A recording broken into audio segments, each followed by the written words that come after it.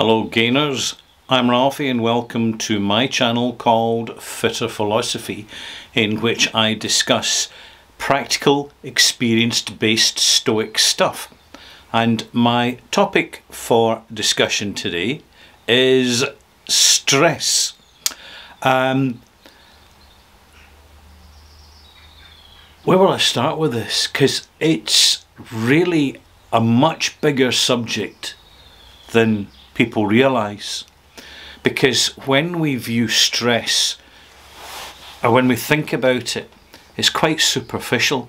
You know, someone is stressed out, you know, such an event, a divorce, a wedding, a holiday plans, redundancy, all the little dramas that affect our lives.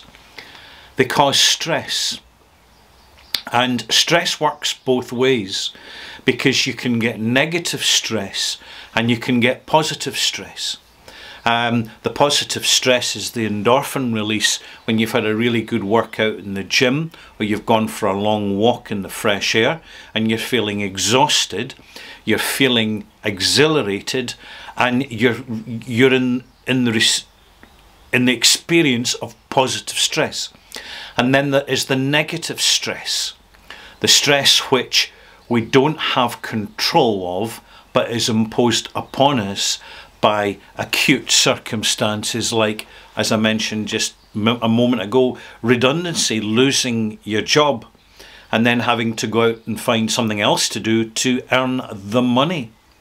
And money is a huge cause of stress, because we live in a gaslighted society in which people are psychologically manipulated to spend money rapidly and not realising the additional tax burden or the lack of return because of the build-up of unwanted and unnecessary material possessions.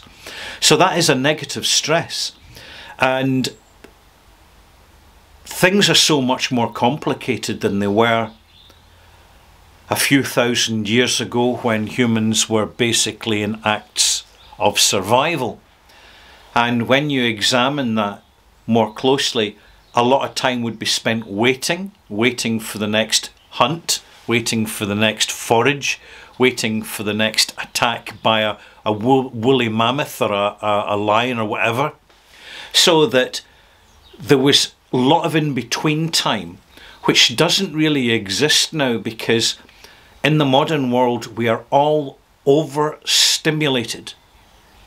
We're overstimulated in both bad ways, with all the white noise from legacy media, and we're overstimulated in good ways because we're doing more of what we like to do and getting better at it, but in return it does cause that extra additional positive stress. But we're used to it, we acclimatise to it. And in climatising to both positive and negative stresses, we do to a certain extent become more tolerant.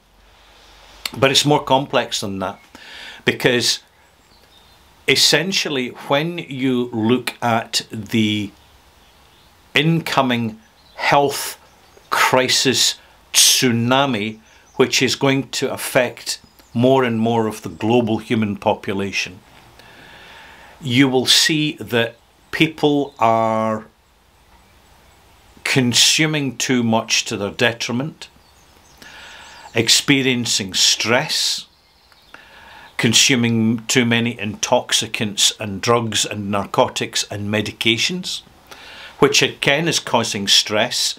And physical stress leads to mental stress, and mental stress leads to physical stress. The both are inseparable, and as such we've got to be mindful of it, because crisis management is very much an important part of our modern reality, in realising that we need to have these moments to what's called recharge our batteries. Have these moments where we switch off the food supply, drink a glass of water instead and have a bit of an intermittent fast, where we switch off the computer for a whole day and just give ourselves a break from it, where we switch off our computer games, and my goodness, they're addictive, where we switch off to social contact and the interaction of socializing, which can basically cause us to again be overstimulated, because not only are we engaged in our own life, we're engaged in other people's lives as we interact with them on all different levels. And therefore this taking time out isn't just a nice thing to do. It's something which is actually part of our survival.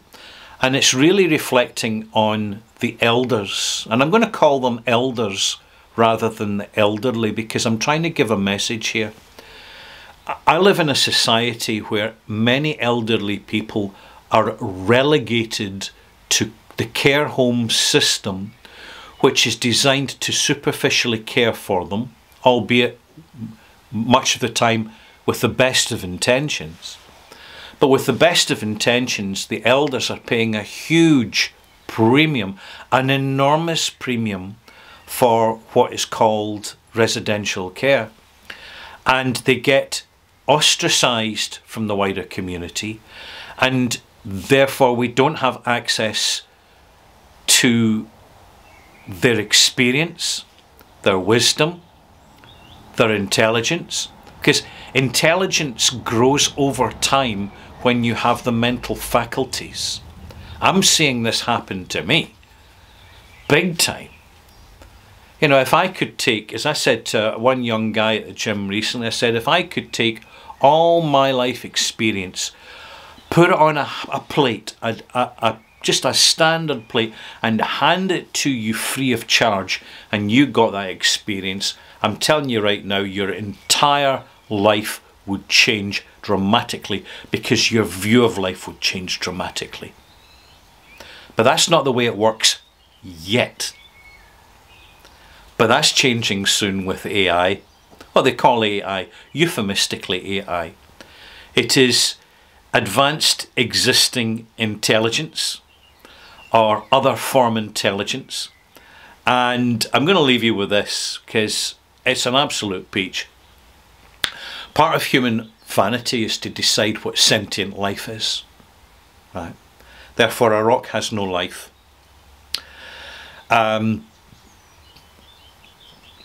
A plastic cup has no life. A rabbit has life, and a lettuce has life, but humans are very, very absolutist about what constitutes something that holds life within it. And yet the decision is not human. So when a new intelligence comes along, the entire human species is going to face an enormous challenge, because effectively it doesn't matter what status an individual has, humans will lose control completely, and suddenly. It'll be very sudden. It's fascinating. You see this played out in one form narrative in the Terminator films, but it's more complex than that. It's more subtle. It's more what they call nuanced than that. But it is what it is, and I'm going to leave my video at that for now. I hope you found it engaging, entertaining, and if you have, leave a comment and click the subscribe button, because my mission with this channel is to pass on my experience of viewing life, and hopefully in perpetuity it becomes absorbed by the matrix and contributes to the future millennial entities that are the successors and the inheritors of the human torch. And there you have it. Thanks for watching.